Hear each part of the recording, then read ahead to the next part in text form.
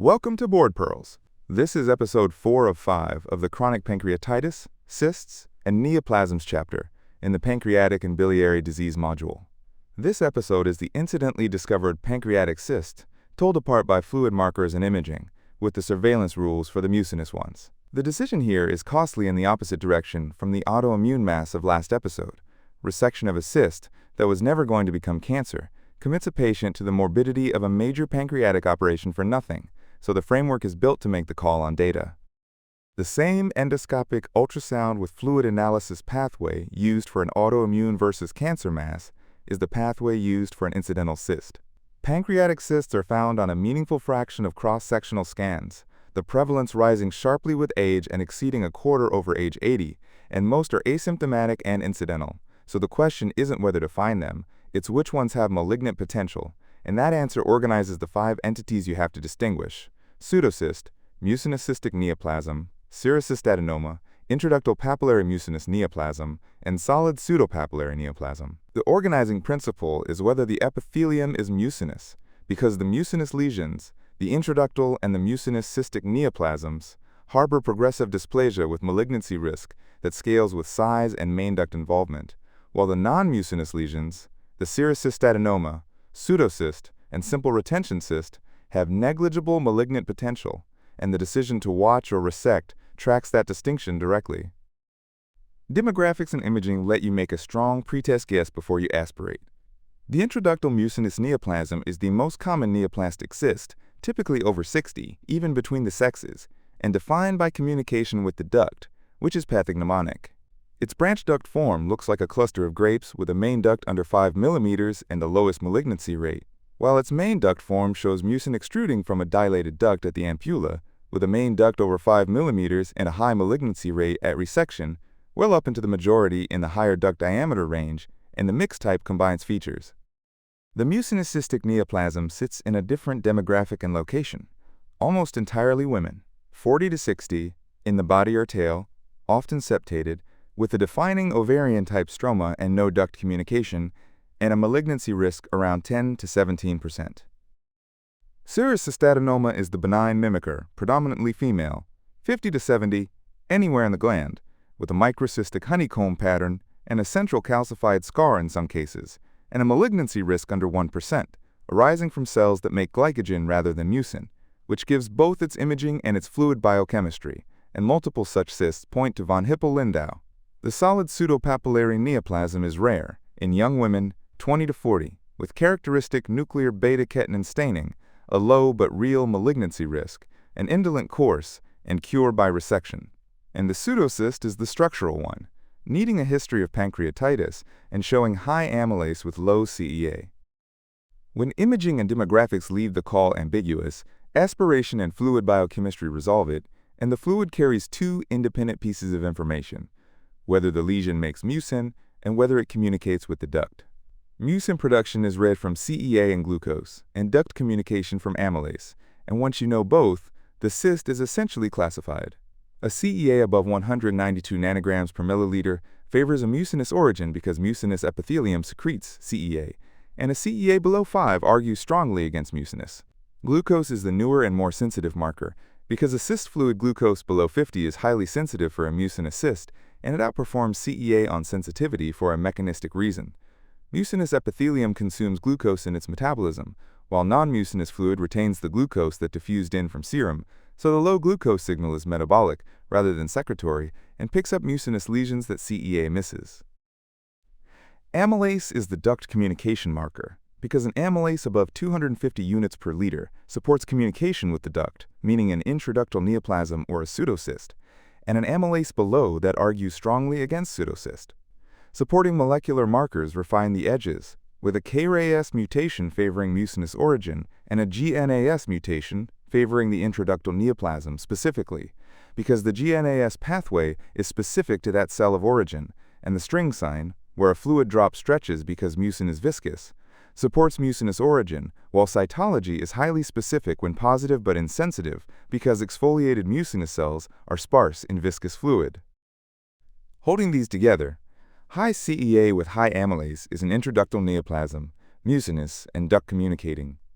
High CEA with low amylase is a mucinous cystic neoplasm, mucinous without communication. Low CEA with high amylase is a pseudocyst, non-mucinous and communicating. And low CEA with low amylase is a serous cystadenoma, non-mucinous without communication. The clinical pivots fall out of that classification.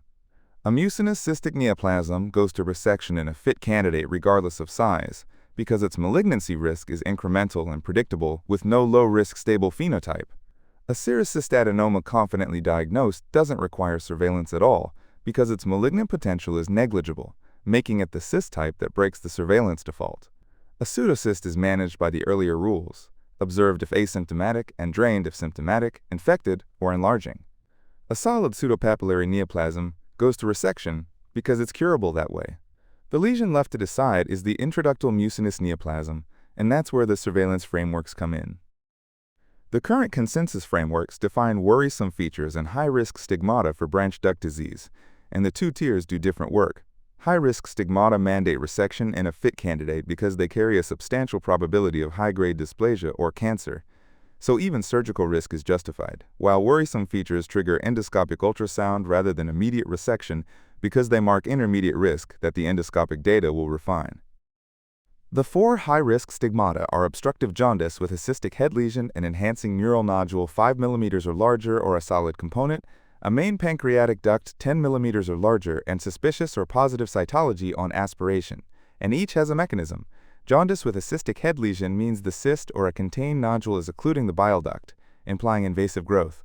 The enhancing nodule at 5 mm or larger is the radiographic correlate of invasive transformation, because mucin globules don't enhance but neoplastic nodule. Any single one of the four mandates surgical referral as the immediate next step, with no confirmatory aspiration needed because the indication is already established.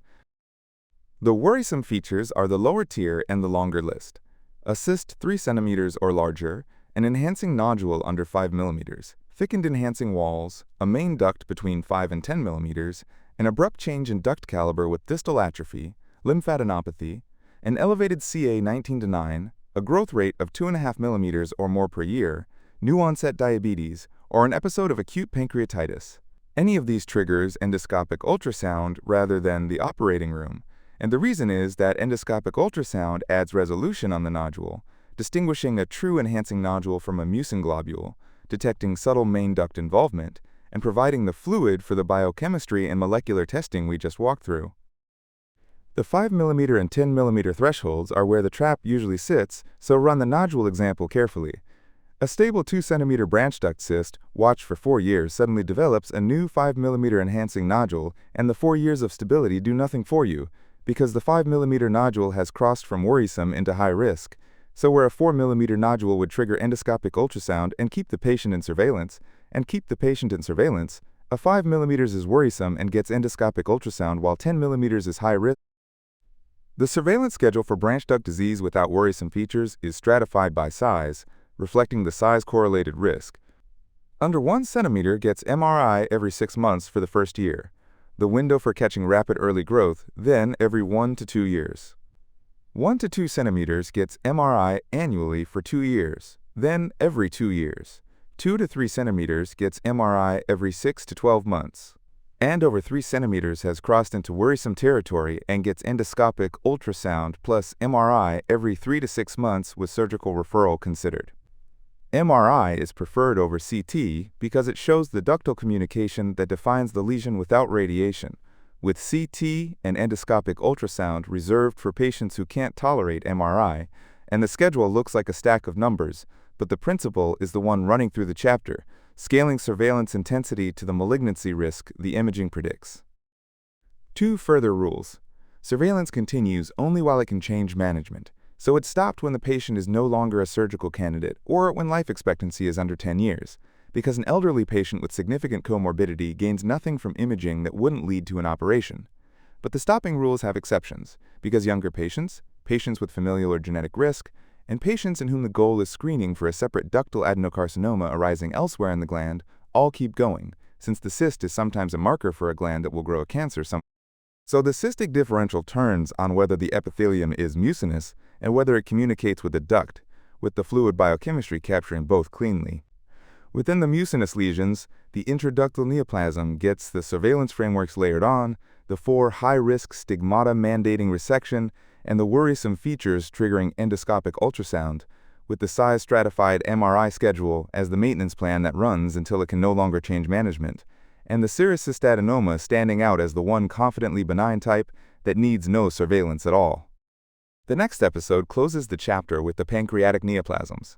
Ductal adenocarcinoma, now among the leading causes of cancer death, worked up with tissue sampling and staged into resectable, borderline, locally advanced, and metastatic to drive the surgery versus systemic therapy decision, and the neuroendocrine tumors, told apart by functional syndrome and grade, with a functional imaging scan carrying both the diagnostic and the therapeutic load. For the full chapter, the practice vignettes, and the topic-tagged question bank, head to boardpearls.com. You'll find the rest of the series on Apple Podcasts, Spotify, or wherever you listen to podcasts. That brings us to the end of episode 4 of 5 of chapter 26, and I'll see you in the next one.